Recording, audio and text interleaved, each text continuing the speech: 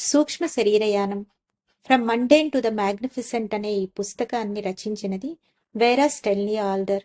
దీనిని తెలుగులోకి అనువదించిన వారు ఎం మాధవి గారు.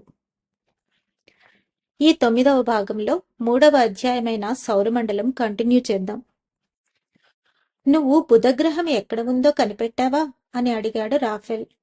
మరి నీలివర్ణపు శుక్రగ్రహాన్ని, ఎర్రగా ఉండే అంగారక గ్రహాన్ని, ఆకుపచ్చగా ఉండే శని గ్రహాన్ని?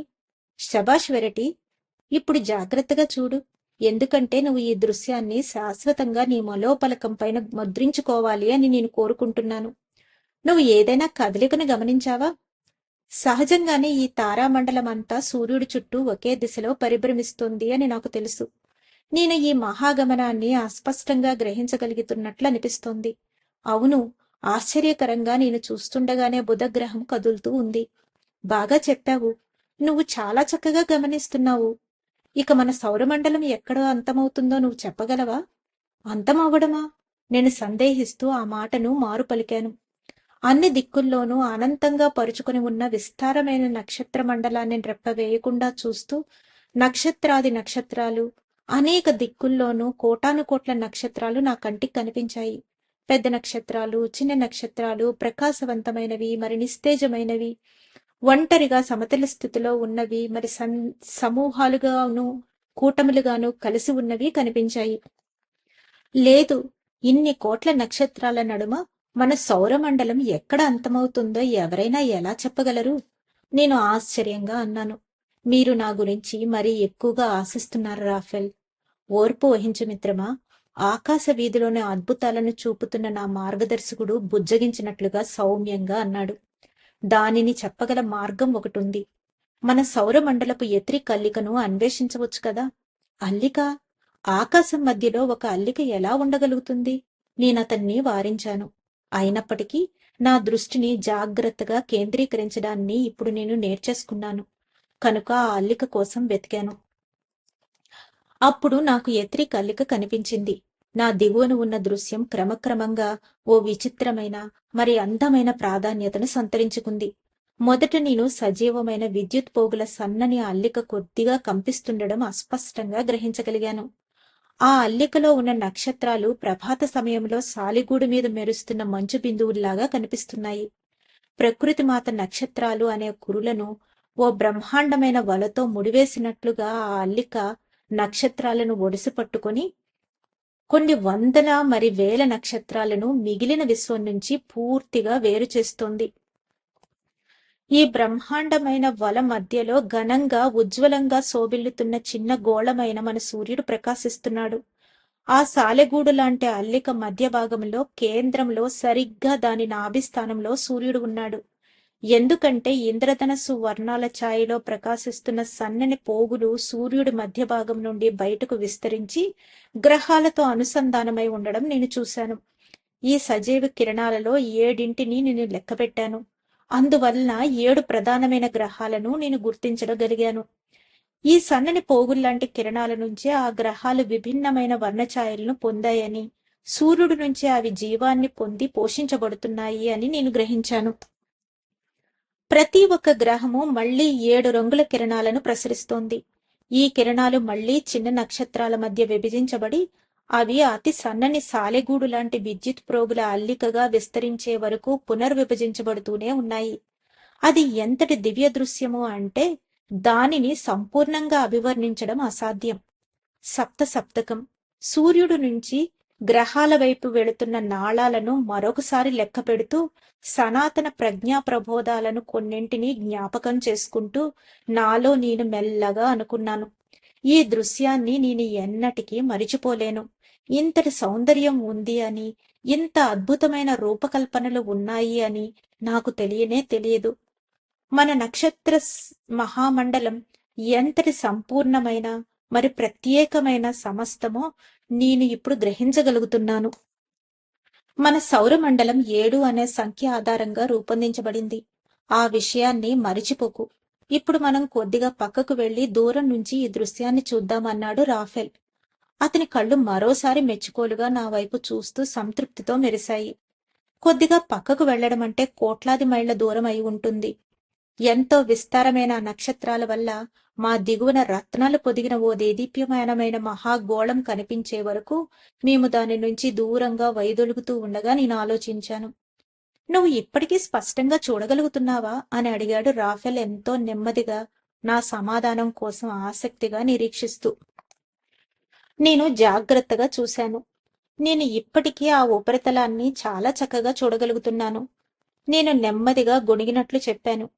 నాకు దానిలో నుంచి సూర్యుడు ఇక కనిపించడం లేదు కాని ఆ అల్లిక దానిలో నుంచి మరీ దిగువకు వెళ్లడం నేను చూడగలుగుతున్నాను. దిగువన అస్పష్టమైన కాంతులను, కదలికలను నేను చూడగలుగుతున్నాను. అదేంటి రాఫెల్, నాకు అచ్చం భూగోళం లాగానే కనిపిస్తుంది. సౌరమండలం కూడా ఒక మహాదేహమేనని మీరు నాకు చెప్పబోవడం లేదు కదా? నేను దాదాపు నిస్పృహతో కష్టం మీద ఊపిరి తీసుకున్నాను. రాఫెల్ ఎంతో ప్రేమపూర్వకంగా, సౌమ్యంగా నా వైపు చూసి నవ్వి మాట్లాడడానికి పెదవి విప్పాడు. అవును, మీరు ఇప్పుడు ఏం చెప్పబోతున్నారో నాకు తెలుసు. అలా ఎందుకు కాకూడదు? నేను అతను మాట్లాడబోయేంతలోనే అనేశాను. అలా ఎందుకు కాకూడదు? కాని అలాంటి నమ్మలేని సంగతులను ఎవరైనా ఎలా విశ్వసించగలరు? రాఫెల్ చెప్పడం మొదలుపెట్టాడు. సత్యాన్వేషకుడు రెండు విషయాలను నేర్చుకోవాలి. ఏదైనా సత్యమేనని అతడు విశ్వసించడం నేర్చుకోవాలి. మరి అతడు దేనిని అంతిమ సత్యంగా ఎన్నడూ అంగీకరించకూడదు. ఇప్పుడు మనం మరికొంత దూరం వెళదాం. మరికొంత దూరమా? మరికొంత దూరం ఎక్కడికి అని నేనడిగాను, నిస్సహాయంగా చుట్టూ చూస్తూ. మన స్వగృహము, మన సౌరమండలం నుంచి కొంచెం దూరం వెళదాం. ఓర్పు వహించు మిత్రమా, మన యాత్ర దాదాపు ముగింపుకు వస్తోంది. మా దిగువన ఉన్న నక్షత్ర కూటములతో నిండిన ఆ అల్లిక నుంచి మేము వేగంగా దూరంగా వెళ్లిపోతుండగా నేను నిరాధారమైపోయినట్లుగా అనిపించింది. ఒకవేళ మేము ఎప్పటికైనా తిరిగి వస్తే కనుక మళ్లీ వెనక్కు తిరిగి రావటానికి ఎంతకాలం పడుతుంది?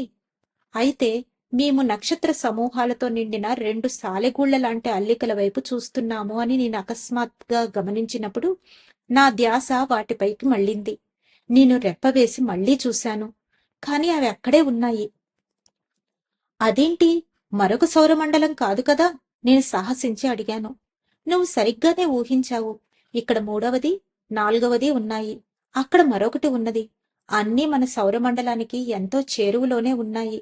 ఇప్పుడు చూడు. క్రమక్రమంగా మా దిగువన వేలాడుతూ ఉన్న రత్నాలు పొదగబడిన వలతో కూడిన అందమైన గోళాల నుంచి మేము దూరంగా వెళ్లిపోయాము. త్వరలోనే నేను మన సౌరమండలానికి, ఇతర సౌరమండలాలకు మధ్య భేదాన్ని గుర్తించలేకపోయాను. వెనక్కి తిరిగి చూడు, నిర్ఘంతపోవద్దు అని ఆజ్ఞాపించాడు రాఫెల్. నేను వెనక్కి తిరిగి క్రిందికి చూశాను. మేము బంగారు వర్ణంలో ఉన్న ఒక బ్రహ్మాండమైన నక్షత్రం పైన చేరుకున్నామని గ్రహించాను. ఆ సౌరమండలాలు అన్నీ ఇప్పుడు మా కంటికి ఎంత చిన్నవిగా కనిపిస్తున్నాయి అంటే అవి కాంతులీరుతున్న గ్రహాల్లాగా ఉన్నాయి. ఆ సౌరమండలాలన్నీ ఒక బ్రహ్మాండమైన బంగారు రంగు నక్షత్రపు కక్షలో పరిభ్రమిస్తున్నాయి. ఈ నక్షత్రమే వాటి సూర్యుడు అనేది స్పష్టంగా తెలిసిపోతోంది. అయితే మన సౌరమండలం అనేది మరంత పెద్ద సౌరమండలంలోని భాగమే అన్నమాట. అవును, నేను ఈ విషయాన్ని విన్నట్లు జ్ఞాపకం ఉంది. విపరీతమైన ఆశ్చర్యంతో నేను మెల్లగా అనుకున్నాను. కాని అలాంటప్పుడు ఈ మహాసౌరమండలానికి కూడా ఒక విస్తారమైన ఎత్రికల్లిక ఉంటుందా? అవును మిత్రమా, ఒక విధంగా ఉంటుంది. కానీ ఇక్కడ మన అల్పమైన ఊహలకు మించిన మహత్తరమైన నిగూఢ రహస్యాలను మనం కొంచెం ప్రస్తావించుకుందాం. ఇప్పుడు ఈ రాత్రికి తగినంత కృషి నువ్వు చేశావు కనుక ఇక మనం ఇంటికి తిరిగి వెళ్ళిపోదాం. కేవలం మరోసారి చూస్తాను అని నేను అభ్యర్థించాను. ఎంతో దూరంలో ఉండడం వలన అతి చిన్నవిగా కనిపిస్తున్న కోట్లాది నక్షత్రాల నైపథ్యం ముందు ప్రస్ఫుటంగా కనిపిస్తూ మా దిగువన సువిశాలంగా క్రమపద్ధతిలో ఉన్న సౌరమండలాల ముగ్ధ మనోహర సౌందర్యాన్ని రెప్పవేయకుండా ఆపేక్షగా చూస్తూ నిశితంగా కేంద్రీకరించిన నా దృష్టిని చివరి వరకు నేను విశ్రమింపచేశాను. ఆ ఎత్రిక అల్లికలు క్రమక్రమంగా నా కంటికి అస్పష్టమైపోయాయి అని విడదీయలేనంతగా కలగలిసిపోయిన అన్ని పరిమాణాల్లోని నక్షత్రాలు నక్షత్రాలు నక్షత్రాలే తప్ప నాకింకేమీ కనిపించలేదు. ఆహా రాఫెల్, నేను గాఢంగా నిట్టూర్చుతూ అన్నాను. ఇప్పుడు ఆకాశం ఎప్పటిలాగానే మామూలుగా కనిపిస్తోంది. నేను చూసిన దాన్ని నేను దాదాపు నమ్మలేకపోతున్నాను. బహుశా ఒకవేళ నన్ను ఆ వాక్యాన్ని పూర్తి చేయడానికి నేను భయపడ్డాను. నేను నిన్ను సమ్మోహనానికి గురిచేస్తున్నాను అనేదేనా? నా మిత్రుడి స్వరం నిశ్చలంగా వినిపించింది. నువ్వు మోసగింపబడడానికి సిద్ధంగా లేకపోవడం నాకు సంతోషంగా ఉంది. అది ఎంతో ప్రశంసనీయమైనది. కానీ నేను నిన్ను సమ్మోహనపరచలేదు వెరటి.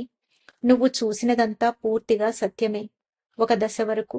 అయినప్పటికీ నేను ఈ రాత్రి నీకు చూపించిందంతా మరో కోణం నుంచి నేను చూపించగలగడం సాధ్యమే. ఒకవేళ అలా చేసి ఉంటే కనుక అది ఎంతో విభిన్నంగా కనిపించి ఉండేది.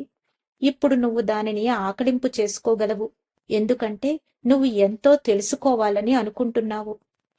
నేను అతని వైపు దిగ్భ్రాంతిగా చూశాను. ఆహా, నేను శ్వాసించాను. అసలది ఎలా ఉంటుందో అని నేను. ఇక చాలు, ఆజ్ఞాపించాడు నా మిత్రుడు. మనం మొదలుపెట్టి పెట్టకముందే నువ్వు నీ బుర్రను బద్దలు కొట్టుకోవడం నాకిష్టం లేదు. ఆధ్యాత్మిక పరమైన అత్యాస అనేది ఉంటుంది తెలుసా.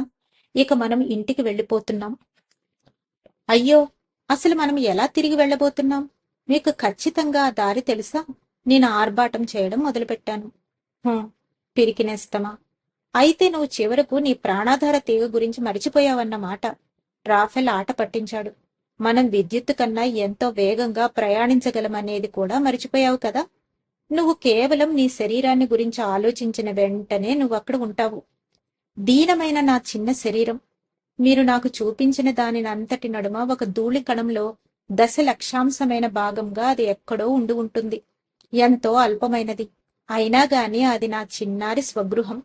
నేను త్వరగా వెనక్కు వెళ్లి అది ఇంకా సురక్షితంగానే ఉందో లేదో చూడాలి. మీరు రండి రాఫెల్. నేను బయలుదేరగానే కుదుపులా అనిపించి బలంగా లాగబడినట్లయింది. ఆ తరువాత ఇక ఏమీ జరగలేదు. నేను చుట్టూ చూశాను, కాని అంతా చీకటిమయంగానే ఉంది. నాకు ఒక్కసారిగా విపరీతమైన భయం కలిగింది. రాఫెల్, రాఫెల్ అంటూ నేను గట్టిగా అరిచాను. అప్పుడు చీకట్లో నుంచి నా పడక గదికి కిటికీ నా వైపు కళ్ళు మిటకరించి చూస్తూ ఉండడం నేను గమనించాను. రాఫెల్ వెళ్లిపోయాడు. నేను మరోసారి భూమిపైకి తిరిగి వచ్చాను. ధన్యవాదాలు మాస్టర్స్. ఈ రోజుతో 3వ అధ్యాయమైన సౌరమండలం పూర్తయింది. రేపటి నుంచి 10వ భాగము 4వ అధ్యాయమైన సైన్యం ఆగమనం గురించి తెలుసుకుందాం. అంతవరకు సెలవు తీసుకుంటూ పద్మజ.